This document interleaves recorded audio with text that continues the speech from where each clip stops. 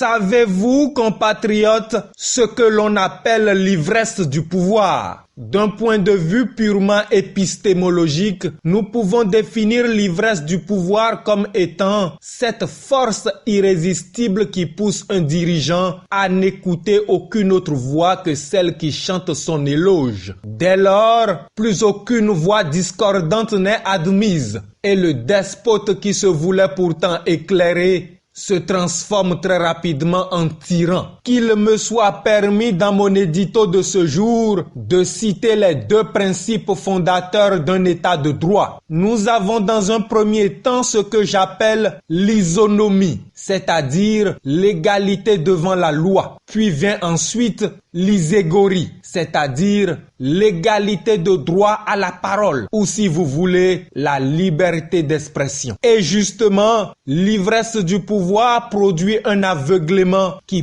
pousse un dictateur à bafouer les deux grands principes que je viens de citer précédemment. Il se croit alors investi d'une puissance quasi divine qui lui donne le droit de décider qui vit et qui meurt, qui peut parler et qui doit se taire, qui est citoyen et qui est apatride, qui est libre et qui doit moisir derrière les barreaux, oubliant que lorsqu'un gouvernement punit la liberté de parole, cela signifie que lui-même a pris conscience qu'il n'a plus de légitimité. L'ivresse du pouvoir empêche un dictateur de voir sa chute prochaine, même quand celle-ci vient à grands pas. De très nombreux exemples en témoignent, mais celui dont je souhaite vous entretenir en particulier, c'est la décadence de la famille Dos Santos en Angola. José Eduardo Dos Santos a été président en Angola pendant près de 30 ans. Il en a profité pour amasser une fortune colossale, hissant même sa fille Isabel Dos Santos au rang de femme la plus riche d'Afrique. Mais dans la vie, tout finit par finir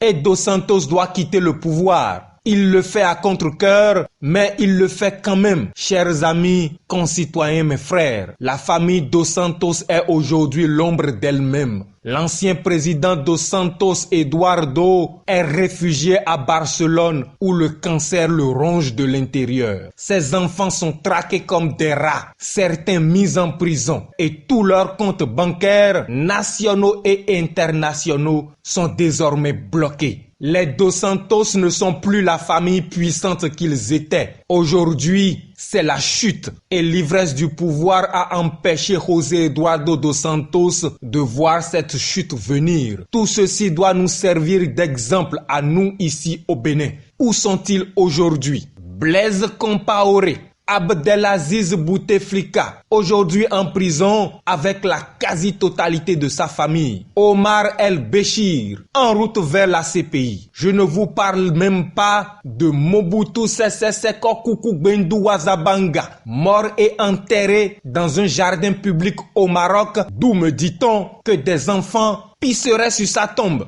Pendant ce temps, Étienne Tshisekedi, l'opposant historique, a eu droit à un mausolée dans son pays et son fils est aujourd'hui président en exercice du Congo démocratique. Je vous l'ai toujours dit, ce n'est pas l'homme qui choisit le pouvoir, c'est le pouvoir qui choisit l'homme. Que tous ceux qui aujourd'hui au Bénin se croient tout puissants n'oublient pas une chose, tout finit par finir, même le pouvoir absolu. Vendredi comme toujours, on vit comme toujours, c'était mon éditorial. Il y